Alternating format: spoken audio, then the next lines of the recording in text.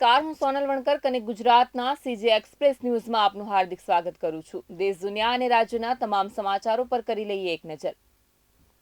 રાજ્યમાં છેલ્લા 24 કલાકમાં 122 તાલુકામાં વરસાદ નોંધાયો છે। સૌથી વધુ દેવભૂમિ દ્વારકામાં 14 ઇંચથી વધુ, પોરબંદરમાં 10 ઇંચ, કેશોદમાં 8 ઇંચ, વંથલીમાં 7 ઇંચ, કલ્યાણપુરમાં 6 ઇંચથી વધુ વરસાદ પડ્યો છે। બાંગ્લાદેશમાં સરકારી નોકરીઓમાં અનામતના વિરોધી હિંસક વિરોધ વચ્ચે દેશભરમાં કર્ફ્યુ લાદવામાં આવ્યો છે। હિંસા ઉપર કાબૂ મેળવવા માટે સેના તૈનાત કરવામાં આવી છે। આ ઘટનામાં ઘણા લોકો માર્યા ગયા છે। સરકારે રાજધાની ઢાકામાં કોઈપણ પ્રકારના મેળાવડા પર પણ પ્રતિબંધ મૂક્યો છે।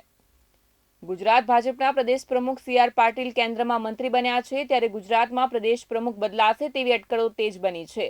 જોકે સી.આર. પાટીલની ટર્મ ગત જુલાઈ 20, 2023ના રોજ પૂર્ણ થઈ હતી। ટર્મ પૂરી થયા બાદ પણ તેમને નહીં બદલીને ભાજપે સૌને ચોંકાવ્યા છે। ઇસ્લામિક રાષ્ટ્ર પાકિસ્તાનમાં હિન્દુઓની વસ્તી 2017માં 35 લાખથી વધીને 2023માં 38 લાખ થઈ છે। આ સાથે તે દેશમાં સૌથી મોટો લઘુમતી સમાજ છે, તેમ ગયા વર્ષની વસ્તી ગણતરીના સત્તાવાર ડેટામાં જણાવ્યું છે। પીબીએસે ગુરુવારે 7મો વસ્તી અને મકાન ગણતરી 2023 રિપોર્ટ જાહેર કર્યો હતો। રાજ્યભરમાં ચાંદીપુરા વાયરસથી સંક્રમિત દર્દીઓના કેસમાં દિવસે ને દિવસે ઉછાળો આવી રહ્યો છે, ત્યારે સરકારે જાહેર કરેલા આંકડા મુજબ ચાંદીપુરા વાયરસના કુલ કેસની સંખ્યા વધીને 58 થઈ છે, જ્યારે મૃત્યુઆંક વધીને 20 થયો છે।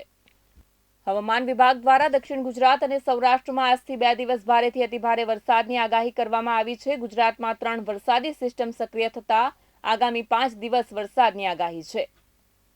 હાર્દિક પંડ્યાથી છૂટાછેડાની જાહેરાત કર્યા પછી નતાશા સ્ટેનકોવિક તેમના વતન સર્બિયા પરત ફર્યા છે। તે 17 જુલાઈના રોજ મુંબઈ એરપોર્ટ ઉપર સર્બિયા જતા જોવા મળી હતી। પુત્ર અગત્ય પણ નતાશા સાથે જોવા મળ્યો હતો।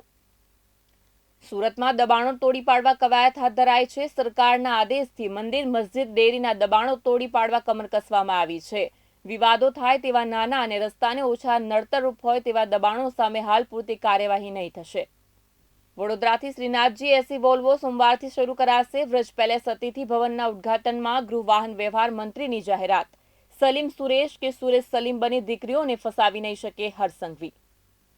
માઇક્રોસોફ્ટનું સર્વર ઠપ થતાં અમદાવાદના એર ટ્રાફિકને ગંભીર અસર થઈ હતી। એરપોર્ટ ઉપર ઇન્ડિગો, અકાશા અને સ્પાઇસ જેટના પેસેન્જરને luggage check in, boarding, security સહિતની કામગીરી મેન્યુઅલી કરવી પડી હતી।